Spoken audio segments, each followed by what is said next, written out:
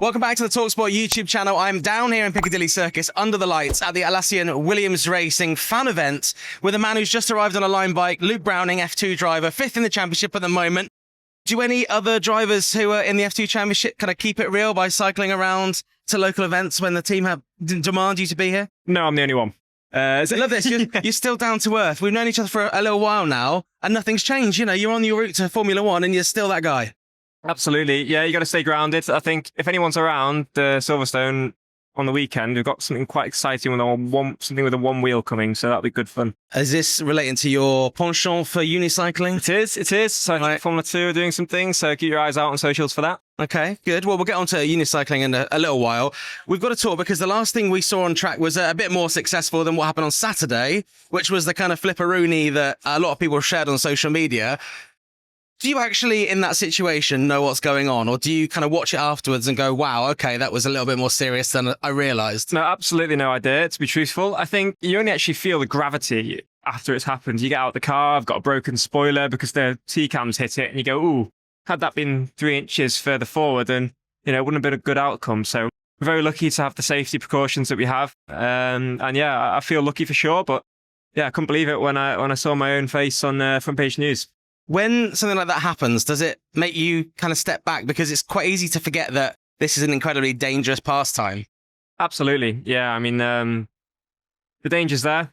Equally, the reward's massive. So that's what I've been wanting to do since I was young, and I accept the risks. And equally, if it's what I need to do to be world champion, then I'm going for it. We see kind of what the drivers talk about after like a race when they're on the podium. What do you talk about with the drivers after an incident like that? Because you know, it was not your fault, certainly, and it was a situation that you've all shared, and it's kind of one of those moments where you probably sit back and go, okay, wow, okay, that was close. But how do you discuss that with the other people involved? Yeah, it's not easy. Obviously, you step back, you go, you accept it, but equally, you just have to accept that those are the risks. You move on, and yeah, it was forgotten within a couple hours, and reset, ready for race 2. No fear getting back in the car Absolutely the next day? Not. Love that about you. So obviously, as I mentioned, 5th in the championship, going very well. The step up to F2 has been kind of seamless for you. You've also got yourself in an F1 car a few times. Now, we know you got the F1 experience when you won the Autosport Award back then, but it's probably quite different when you're in an F1 car where there is a route for you to drive that car, in theory, in a race at some point. I think it's quite special because, yeah, when you're driving in an FP1 and you see 7-time world champion Lewis Hamilton drive past you and you go, oh, that's quite cool. Yeah, it becomes a bit surreal, but equally, you got to understand that these guys are all racers, and they've got that reputation from winning.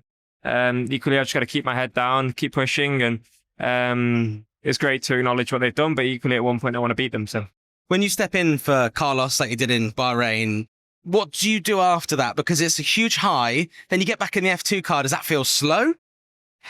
Funnily enough, yeah, yeah, it does. Right. Yeah, it's like stepping out of a plane into a fast car. You know, it's like it's a completely different experience. And Formula One is, I can't believe they let normal people drive these things, to be honest. They're complete rocket ships when I got in it. And but it's exciting when you get to the limit. I've been lucky enough for James giving me some testing in the car recently at Imola and Monza. So it's been fantastic to explore the Italian tarmac with that. You get out of the car though, right? And obviously James is giving you this opportunity. This is James Vowles, obviously the team principal for Williams Racing. How do you then suggest to him, hey, James, maybe I should be getting back in this car quite soon? Because, you know, it's the time in an F1 car is precious. Well, that's exactly it. And time speaks for itself. So if the stopwatch is quick, then he'll have me in it more often. Right. Simple as that. Go quick, keep James happy. That's a good lesson for any young driver. You've obviously got other young drivers racing alongside you in F2. Arvid Lindblad is someone that we hear a lot about, and I work with Oliver Rowland in Formula E, and he manages Arvid Lindblad, and he's very high on him. Just how good is this kid that you're racing against as two kind of young British drivers? Fantastic. Yeah, I think obviously you look at the quality of the grid in Formula 2 is insane this year. We've got some really young talent, some guys that have done 5 years in it. You've got Formula 3 champions that it's their 3rd year trying to win it. It's not an easy championship. So to do what I'm doing in my first year, to be leading, going into Barcelona, and now to head to the rest of the season, Silverstone with strong prospects in the championship, it shows just how strong we are. And equally to get into that Formula 1 car, I need to win this. So that's the plan.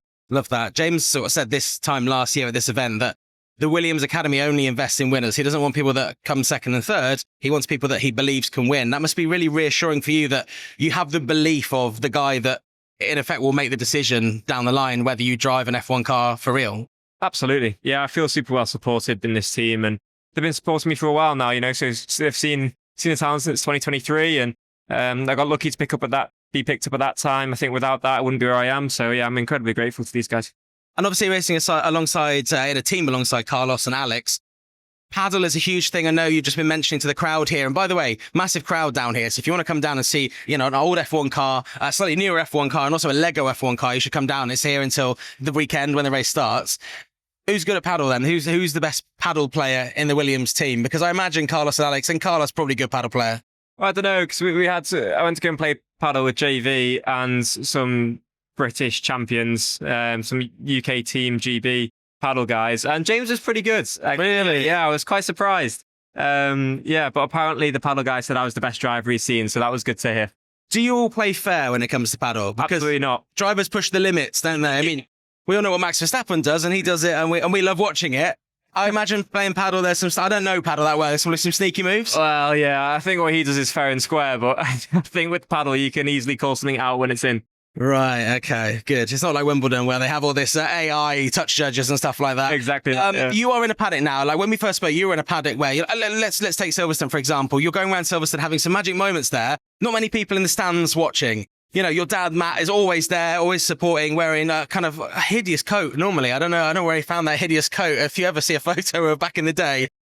What kind of contrast is that to like this weekend where you're racing and it's going to be absolutely rammed? It must be kind of surreal. Yeah, my dad's fashion sense is getting there, to be fair. We're getting there, but It's taking a big step up, as you say. It's incredible to see everyone there. You watch 400,000 people as you drive past in qualifying, and it's fantastic. So, yeah, it gets surreal, but you can only say surreal so many times. It's getting more normal now to drive in the F1 paddock and to be involved in that atmosphere. And now I'm more looking forward to performance and seeing how much I can do. Next time I get out in that FP1 or in the Formula 1 car, where I want to be just as quick as any of the F1 drivers in it. Does it get more normal walking around the paddock in the same paddock as people like Max Verstappen and Lewis Hamilton? It gets a smaller world. It's really funny. You walk around the British paddock and you see the same people. It's funny when you've been in there for a few years. It seems to get a little bit more normal, and you kind of see, wow, this is an incredible atmosphere. It's an incredible structure everyone's got on, but then you really start to understand who people are and more than just behind what the name is. Are you adverse to asking some advice just from people like Lewis Hamilton? I know that Seb Vettel maybe gave you a bit of advice at some point. Absolutely, yeah. If they give me the time of day, I'll take anything that they tell me, and I'll take my own spin on it and hopefully learn from it.